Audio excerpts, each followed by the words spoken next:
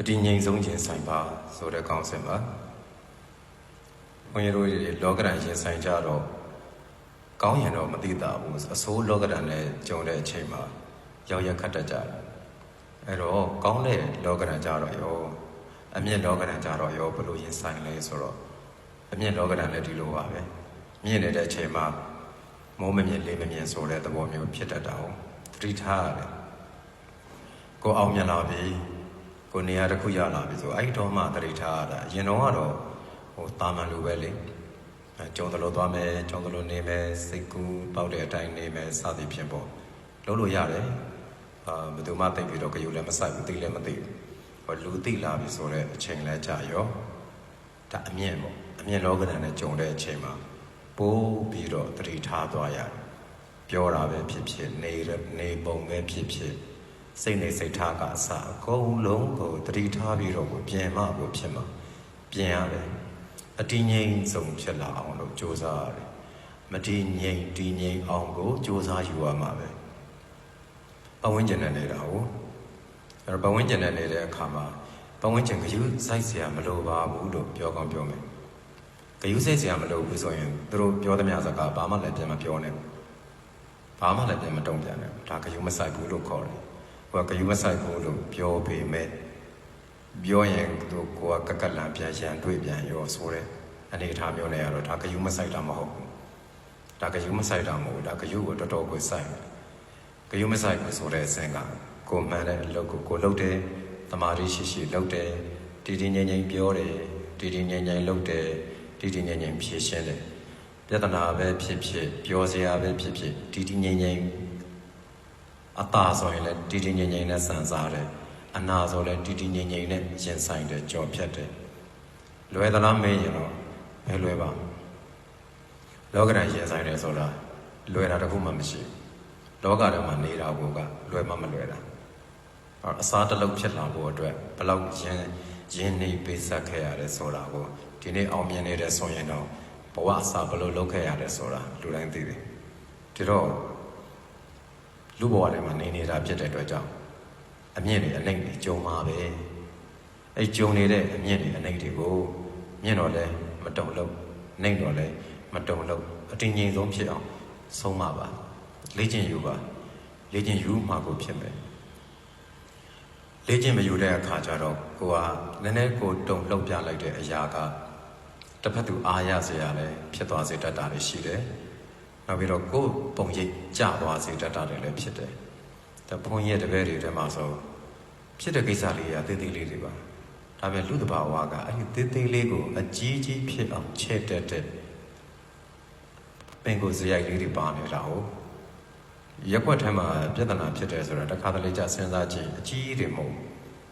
သူငါ့ကိုဘယ်လိုပြောလိုက်လို့ငါကဘယ်လိုပြန်ပြောလိုက်လို့ဆိုတဲ့သေးသေးလေးတွေရည်ရွယ်ချက်အတူတူအလုံးလုံးနေရင်လည်းသေးသေးလေးတွေနဲ့အကြီးကြီးတွေဖြစ်သွားကြတယ်နားလည်မှုတွေပေးအတင်းငြိမ်ဆုံးစဉ်းစားအတင်းငြိမ်ဆုံးရင်ဆိုင်တည်တည်ငြိမ်ငြိမ်ပြောတည်တည်ငြိမ်ငြိမ်အချင်းချင်းဆွေးနွေးညှိနှိုင်းပေးအေးချမ်းစွာပြောအဲ့ဒါအေးချမ်းဖို့အတွက်ဥတည်သွားမှာအခုလို့မဟုတ်ဘူးအေးချမ်းဖို့ကိုဥတည်လို့မရအောင်ပြောလဲနည်းနည်းလေးထိရင်များများကြီးပြန်ပြောတယ်နည်းနည်းသိတဲ့စကားကိုများများကြီးချဲ့ပြောတယ်တူတူလေးပြောလို့ရတဲ့အရာကိုအကျယ်ကြီးပြောတယ်ဟောနာမည်မပါဘဲပြောလို့ရတဲ့ကိစ္စကိုနာမည်တက်ပြီးတော့ပြောတယ်အစဲမပါဘဲနဲ့ပြောလို့လည်းရရတာနဲ့အစဲပါပြီးမှပြောတယ်စကားဆိုတဲ့အတိုင်းပဲစကားဆိုတာဒီနေရာမှာနေရက်သွားတာမဟုတ်ကထွက်သွားတာကိုတတိထားရတယ်တတိထားပြဿနာပိုကြီးသွားတတ်တယ်ဒါကြောင့်ဘယ်တော့မစိုးအတည်ငြိမ်ဆုံးနဲ့ဟုတ်ဤမဟုတ်ဤကြားတဲ့စကားဆိုရင်လည်းတစ်ဖက်စကားနဲ့နားထောင်ပြီးဘယ်တော့မှမဆုံးဖြစ်နဲ့ဖတ်သောစကားတွေကိုအကုန်လုံးနားထောင်ကြည့်လိုက်ရင်နောက်ဆုံးကိုပြောစရာမလိုပါလားလို့တော့သွားတွေ့လိမ့်မယ်။ဘာကြောင့်လဲဆိုတော့စဖြစ်တည်တဲ့ပြဿနာတွေကိုကတချို့ပြဿနာပြောပါတယ်။တိတ်အရေးမပါပဲနဲ့ပြဿနာအကြီးဖြစ်သွားတာ။စဖြစ်တဲ့ကိစ္စကညှိနှိုင်းလို့ရတဲ့ကိစ္စလေးတွေချိုချိုတသားလေးပြောရင်သဘောပေါက်သွားလွယ်တဲ့ကိစ္စလေးတွေကိုအပြောမတတ်ခြင်းအမူအရာမတတ်ခြင်းလေယူလေသိမ်းပုံစံမကြခြင်းတွေကြောင့်အကြီးကြီးတွေဖြစ်သွားတာကြုံဘူးပါလိမ့်မယ်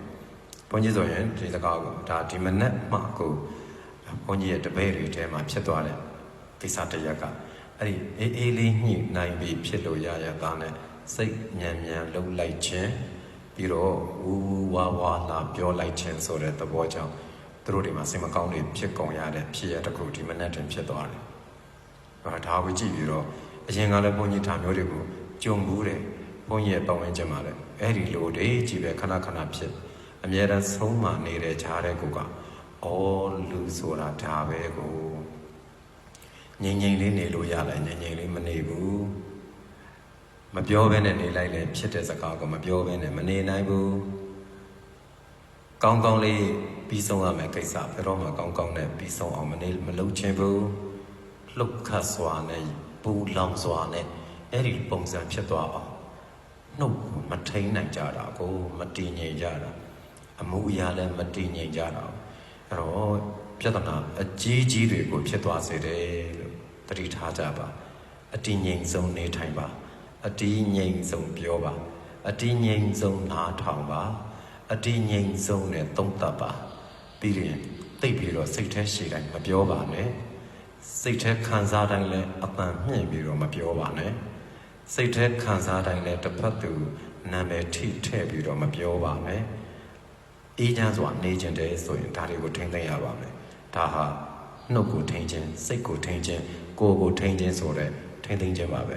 အဲ့တော့ကဘာသူကဘာသာအပေါင်းအတည်ငြိမ်ဆုံးတဲ့လောကမှာနေထိုင်နိုင်ကြ၍ပြဿနာနည်းပါစေအတည်ငြိမ်ဆုံးစကားတွေသာပြောဆိုနိုင်ကြကုန်၍အေးချမ်းပါစေအတည်ငြိမ်ဆုံးစိတ်ထားနဲ့ကနေထိုင်နိုင်ကြကုန်၍နေ့ရောညရောအေးချမ်းသူများဖြစ်ကြပါစေ